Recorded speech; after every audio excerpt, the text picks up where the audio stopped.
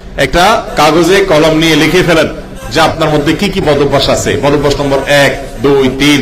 যারা দেশে আছেন অথবা হজ করছেন না, আরাফাতে নাই, তারা আরাফাতের দিন উপলক্ষে তারা রোজা রাখবেন। শেখ আব্দুল মোহাম্মদ সাইফুল্লাহ ভাইয়ের নেতৃত্বে আপনারা হজ সম্পন্ন করছেন। প্রথমত এই লোকটা হলো হজ পাগল মানুষ। কিছু মানুষ আছে হজ পাগল, উমরা পাগল। আমি যতটুকু জানি তাকে لبيك اللهم لبيك لبيك لا شريك لك لبيك إن الحمد والنعمة لك والملك لا شريك لك। তাকবীর তাশরিক আগামীকাল ফজরের পর থেকে নিয়ে 13 তারিখ আসর পর্যন্ত আইয়ামে তাশরিক, এই দিনগুলোতে প্রত্যেক নামাজের পর আমরা তাকবীর পড়ব। আল্লাহু আকবার, আল্লাহু আকবার, লা ইলাহা ইল্লাল্লাহু, আল্লাহু আকবার, আল্লাহু আকবার, ওয়া লিল্লাহিল হামদ। এই তাকবীর প্রত্যেক নামাজের পরে পড়ব। একা একা নামাজ পড়লেও পড়ব, জামাতের সাথে যখন পড়ব তখন আমরা ইনশাআল্লাহ এটা মনে করে পড়ব। আর তালবিয়া তো চলতেই থাকবে, জমরাতে পাথর মারার আগ পর্যন্ত তালবিয়া চলতে থাকবে। তালবিয়ার পাশাপাশি তাকবীর, তাহলিল, তাহমিদ এগুলো চলতে থাকবে। আল্লাহু আকবার কাবীরা ওয়ালহামদুলিল্লাহি কাসীরা ওয়া সুবহানাল্লাহি ওয়া বিহামদিহি বুকরাতাও ওয়া আসীলা। বেশি থেকে বেশি তাকবীর পাঠ করব। আমরা অনেকেই আছি যারা হজের সফরে এসে গল্প আড্ডা মেরে সময় নষ্ট করি। আমরা বাংলাদেশের মানুষ বড় আড্ডা প্রিয় মানুষ। আমরা মক্কা মদিনা থাকাকালীন সময় হারামে নামাজের পরে অবশিষ্ট সময়গুলোতে আমরা হোটেলে বসে আড্ডা ফাড্ডা মেরে গাল গল্প দিয়ে আমরা সময় নষ্ট করি। এটা কোনো অবস্থাতেই করব না। প্রতিটা সময়, প্রতিটা মুহূর্তকে আমরা মূল্যবান মনে করে সেটাকে সর্বোচ্চ সুন্দর ব্যবহার করার চেষ্টা করব। আল্লাহ আমাদেরকে সে তৌফিক দান করুন। তাহলে তাকবীর তাশরিক পাঠ করব কালকে ফজর থেকে ইনশাআল্লাহ। আর যখন আমরা মুভমেন্ট করব, বিশেষ করে আপনি এখান থেকে তাঁবু থেকে বের হচ্ছেন, কোন দিকে যাচ্ছেন, আপনার বিছানা থেকে উঠে হাঁটা দিচ্ছেন, তখন আপনার মধ্যে আপনি তালবিয়াটা বেশি করে পাঠ করবেন, তাকবীরটা বেশি করে পাঠ করবেন। আপনি এক তাঁবু থেকে আরেক তাঁবুতে যাচ্ছেন, এই প্রতিমধ্যে আপনার তালবিয়া চলতে থাকবে, তাকবীর চলতে থাকবে। বাসে উঠে আপনি আরাফাতে যাচ্ছেন, তখন তাকবীর চলতে থাকবে। আরাফাত থেকে আবার মুজদালিফা আসছেন, তখন তাকবীর চলতে থাকবে। এভাবে মুভমেন্টের সময়গুলোতে বিশেষভাবে তাকবীর আমরা উচ্চস্বরে পাঠ করতে থাকবো এবং তালবিয়ার সাথে সাথে পাঠ করতে থাকবো। তাহলে তাকবীর এবং তালবিয়া এই দুইটা খুব বেশি করে চলবে ইনশাআল্লাহ। সকাল থেকে দুপুর পর্যন্ত আমরা ঘুমিয়ে রেস্ট করে শরীরের মধ্যে এনার্জি তৈরি করব, যাতে করে জোহর আসর একসাথে পড়ে এরপর আমরা টানা সূর্য ডুবা পর্যন্ত দোয়া করতে পারি। দেখুন, জোহর আসর আরাফাতের ময়দানে আমরা একত্রে কেন পড়ি?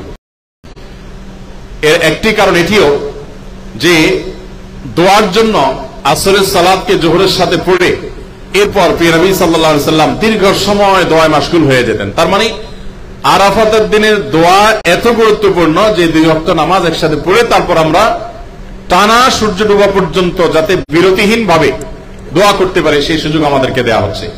এজন্য আপনি কতক্ষণ দাঁড়িয়ে দোয়া করলেন, কিছু সময় বসে বসে দোয়া করলেন, কিছু সময় সিজদায় গিয়ে দোয়া করলেন, সে কাজগুলো করবো ইনশাআল্লাহ তাআলা। সিজদায় আমরা দোয়া করব, অনেকে আমরা এটা জানি না। নবী করিম সাল্লাল্লাহু আলাইহি ওয়াসাল্লাম বলেছেন, আকরাবু মা ইয়াকুনুল আবদু মির রাব্বিহি ওয়া হুয়া সাজিদ। বান্দা আল্লাহর সবচেয়ে কাছাকাছি যেতে পারে সিজদায় গেলে। আপনি সিঙ্গেল সিজদা দিতে পারেন, আল্লাহু আকবার বলে সরাসরি সিজদায় চলে গেলেন, যে আল্লাহর তাসবিহ, আল্লাহর পবিত্রতা বর্ণনা করার পর সেখানে আপনি আল্লাহ সুবহানাহু ওয়া তাআলার কাছে মনের চাওয়াগুলোকে যতক্ষণ মনে চায় চাইলেন, 10 মিনিট, 5 মিনিট, 15 মিনিট, যতক্ষণ পারেন শরীরে কুলায় আপনি সিজদায় লুটিয়ে পড়ে থাকলেন, চোখের পানি ফেলে আল্লাহর কাছে মিনতি পেশ করলেন। এরপর আপনি সেখান থেকে উঠে তারপর আল্লাহ সুবহানাহু ওয়া তাআলার কাছে আবার বসে বসে দোয়া করলেন, কিছু সময় দাঁড়ায় দোয়া করলেন, কিছু সময় একদিকে দোয়া করে কিছু সময় আরেক দিকে দোয়া করলেন, কিছু সময় আবার একটু ব্রেক নিয়ে আবার দোয়া শুরু করলেন। এভাবে অনবরত আল্লাহর কাছে আমাদের চাওয়াগুলোকে আমরা পেশ করতে থাকবো। মোহতারাম হাজরিন, আল্লাহর কাছে আমাদের গুরুত্বপূর্ণ চাওয়া থাকবে হেদায়েত। আমরা যেন হেদায়েতের উপরে থাকতে পারি, আল্লাহ যেন আমাদের উপরে সন্তুষ্ট হন, আমাদের হজ্জা যেন হজ্জে মাবরুর হয়, আমরা যেন দুনিয়া থেকে বেগুনাহ হয়ে গুনাহ মাফ করে তারপর আমরা দুনিয়া থেকে যেতে পারি। এই চাওয়াগুলো আল্লাহর কাছে খুব বেশি বেশি করে হবে। সমস্ত হাজীদের জন্য দোয়া করব এবং ইতিপূর্বে যারা হজ করেছেন তাদের জন্য দোয়া করব, ভবিষ্যতে যারা হজ করবেন তাদের জন্য দোয়া করব। যত বেশি অন্যের জন্য দোয়া করবেন, আল্লাহর ফেরেশতা, নিযুক্ত ফেরেশতা আপনার জন্য বলবেন ওয়ালাকা মিসলা যালিক, এবং তোমার জন্য একই জিনিস আল্লাহর কাছে আমরা চাই, তোমাকেও আল্লাহ তাআলা একই জিনিস দান করুক। অর্থাৎ আপনি ফেরেশতাদের দোয়া পাবেন যদি আপনি অন্য মুসলমানের জন্য দোয়া করেন। অতএব আমরা সেভাবে দোয়া করতে থাকবো ইনশাআল্লাহ। মোহতারাম হাজরিন, আমি প্রায় সব জায়গায় বলে থাকি, দেখুন আরাফাতের দোয়া এটা গুলি মিস হলেও এই দোয়া মিস হয় না। শুধুমাত্র সেই শর্তগুলো পূরণ করে দোয়া করা দরকার। বিভিন্ন অভিজ্ঞতা দ্বারা এটি প্রমাণিত, বারবার বারবার এটি প্রমাণিত যে আরাফাতের দোয়া মিস হয় না, কিন্তু দোয়া করার মতো করতে হবে। দোয়া আল্লাহ সুবহানাহু ওয়া তাআলার কাছে চোখের পানি ছেড়ে দিয়ে কান্নাকাটি করতে হবে। আমরা কত কপাল পোড়া, কত হতভাগা যে আল্লাহর কাছে চাইতে পর্যন্ত জানি না, চাওয়ার ভাষাটুকু পর্যন্ত আমাদের নাই। আমাদের হৃদয়টা গলা তো পরের কথা, চোখ দিয়ে পানিটা পর্যন্ত আসে না। আমরা এত হতভাগা হয়ে গেছি। এই কথাগুলো যখন ভাববো তখন আমার অন্তরটা আরো বিগলিত হওয়ার কথা, এবং এগুলো চিন্তা করার পর আমার মধ্যে অপরাধ বোধ আরো বেশি জাগ্রত হওয়ার কথা। আমার মতো নাখান্দা নালায়েককে আল্লাহ তাআলা আসার তৌফিক দিয়েছেন, আমি তার শুকরিয়া আদায় করা দরকার, আর শুকরিয়া আদায় করে এভাবে দোয়া করতে থাকবো ইনশাআল্লাহ।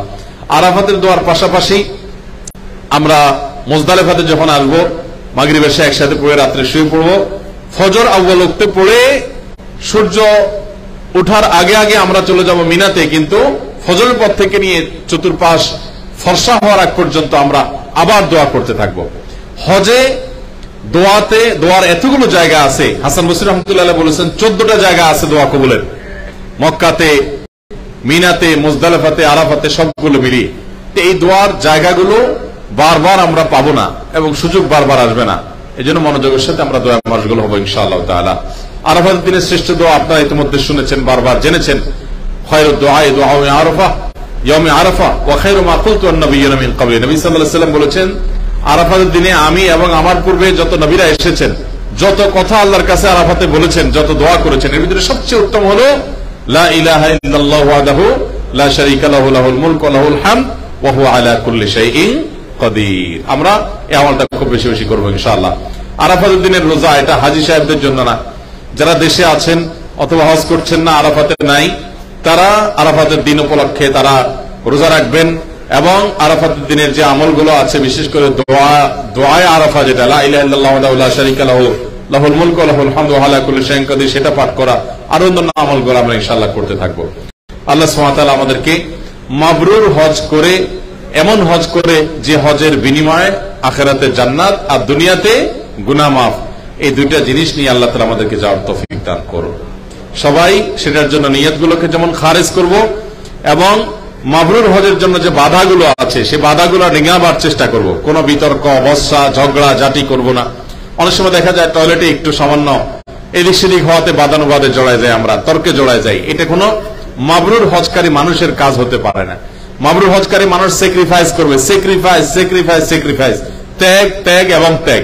এটাকে নিজেকে নিয়ন্ত্রণ করার একটা বড় প্রশিক্ষণ কেন্দ্র বলতে পারেন। কিভাবে নিজেকে কন্ট্রোল করতে হয়, আত্মনিয়ন্ত্রণ করতে হয়, তার প্রশিক্ষণ হজ আমাদেরকে দেয়। আমরা সেটা করবো ইনশাআল্লাহ তাআলা। আল্লাহ সুবহানাহু ওয়া তাআলা আমাদের সবাইকে সেই তৌফিক দান করুন। মোহতারাম হাজিরিন, আমরা সবাই সবাইকে দোয়াতে শামিল রাখবো। আমিও আপনাদের জন্য দোয়া করবো ইনশাআল্লাহ বিইذنিল্লাহ। শেখ আব্দুল্লাহ মোহাম্মদ সাইফুল্লাহ ভাইয়ের নেতৃত্বে আপনারা হজ সম্পন্ন করছেন, এটা আপনাদের জন্য অনেক বড় সৌভাগ্যের বিষয়। প্রথমত, এই লোকটা হলো হজ পাগল মানুষ। কিছু মানুষ আছে হজ পাগল, উমরা পাগল, অর্থাৎ এটার মধ্যে সে পড়ে থাকতে পছন্দ করে, ভালোবাসে এটাকে। তো এই আল্লাহর বান্দাটা সে মানুষ, আমি যতটুকু জানি তাকে ওয়ালা উযাক্কি আল্লাহি আহাদা। তো সেই হিসাবে আপনারা সৌভাগ্যবান যে একজন হজ পাগল মানুষের সাথে আছেন, যিনি হজ এবং হাজিদের খেদমতে নিজেকে অনেক বেশি নিয়োজিত রাখার চেষ্টা করেন।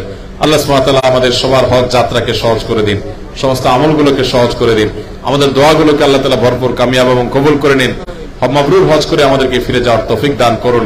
আমাদের চোখগুলো যেন অশ্রু সজল হয়, আমাদের অন্তরগুলো যেন বিগলিত হয়, আমাদের তওবাগুলো যেন সুদৃঢ় হয়, আমরা যেন পরিবর্তন করে নিজেদেরকে এখান থেকে যেতে পারি।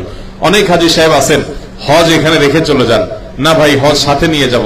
হজ এর মাধ্যমে নিষ্পাপত্য যেটা অর্জিত হচ্ছে সেটাকে ধরে রাখার চেষ্টা করব, এবং আমরা আমাদের দেশে যাওয়ার পর আমরা চেষ্টা করব মুত্তাকি হয়ে বেঁচে থাকার, নামমাত্র হাজী না হয়ে আমরা যেন মুত্তাকি হয়ে বেঁচে থাকতে পারি। সেজন্য আল্লাহর কাছে দোয়া করব, চেয়ে নিব যে আল্লাহ, এখানে আমার মনের যে আবহ, মনের যে পরিবেশ তৈরি হয়েছে, আমার দেশে ফেরার পরও যেন সেটা বলবৎ থাকে, বরং উত্তর উত্তর যেন আরো বৃদ্ধি পায়।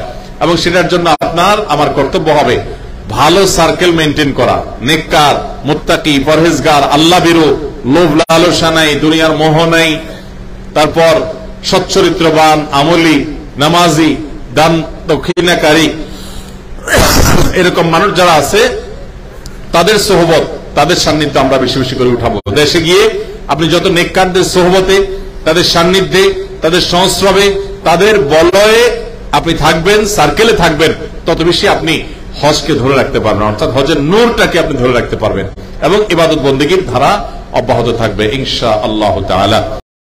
আল্লাহ সুবহানাহু ওয়া তাআলা আমাদের সবাইকে সেই তৌফিক দান করুন। যত বদভ্যাস আছে সম্ভব হলে একটা চিরকুট লিখে ফেলান, একটা কাগজে কলম নিয়ে লিখে ফেলেন যে আপনার মধ্যে কি কি বদভ্যাস আছে। বদভ্যাস নম্বর 1, 2, 3, বদমেজাজি আছে, গালমন্দ করার বদস্বভাব আছে, লোভ লালসা হয়, কৃপণতার বদস্বভাব আছে, পরিবারের সাথে দুর্ব্যবহার করার অভ্যাস আছে, অধীনস্থদের সাথে খারাপ ব্যবহার করার অভ্যাস আছে, নামাজে গাফিলতি আছে, ফজরের জামাতে গাফিলতি আছে, আমার অন্য আরেকটা ত্রুটি আছে। এগুলো সব লিখে ফেলার, একটা একটা করে তালিকা ধরে ধরে আল্লাহর কাছে তওবা করেন, আল্লাহর কাছে সাহায্য চান। মনে রাখবেন আল্লাহ ছাড়া আমাদেরকে কেউই আমাদের গুনাহগুলো থেকে পরিপূর্ণভাবে মুক্ত করতে পারবে না। এজন্য আল্লাহর কাছে সারেন্ডার করার দিন, পরিপূর্ণভাবে সারেন্ডার করার দিন। আল্লাহ তাআলা আমাদের সবাইকে সেভাবে সারেন্ডার করার, আত্মসমর্পণ করার তৌফিক দান করুন। আমাদের মুর্দাদেরকে আমরা ভুলবো না, জীবনীদেরকে আমরা ভুলবো না, অসুস্থদেরকে ভুলবো না ইনশাআল্লাহ বিইذنিল্লাহ। আমাদের মা বোনরা যারা আছেন তারাও নিজের পরিবার পরিজনের জন্য, নিজেদের জন্য আমরা দোয়া করবো আল্লাহর কাছে। আমরা আমাদের একটা উমরার বই লিখেছি, আমরা বইয়ের শেষাংশে আমরা কয়েক পৃষ্ঠা দোয়া দিয়েছি। এখানে দোয়া লেখার উদ্দেশ্য যাতে করে হজ উমরার দোয়া কবুলের জায়গাগুলোতে এই দোয়াগুলো দেখে দেখে পড়া যায়। হাদিস বর্ণিত মাসনুন এবং জামে অর্থাৎ ব্যাপক অর্থবোধক দোয়া আছে, সেগুলো দেখে দেখে আমরা পড়বো ইনশাআল্লাহ।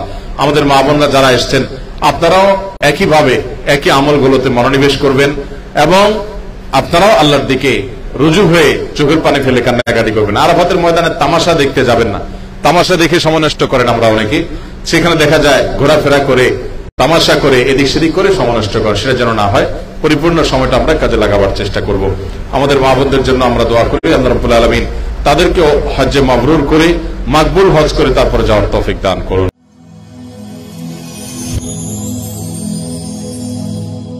Rose TV 24.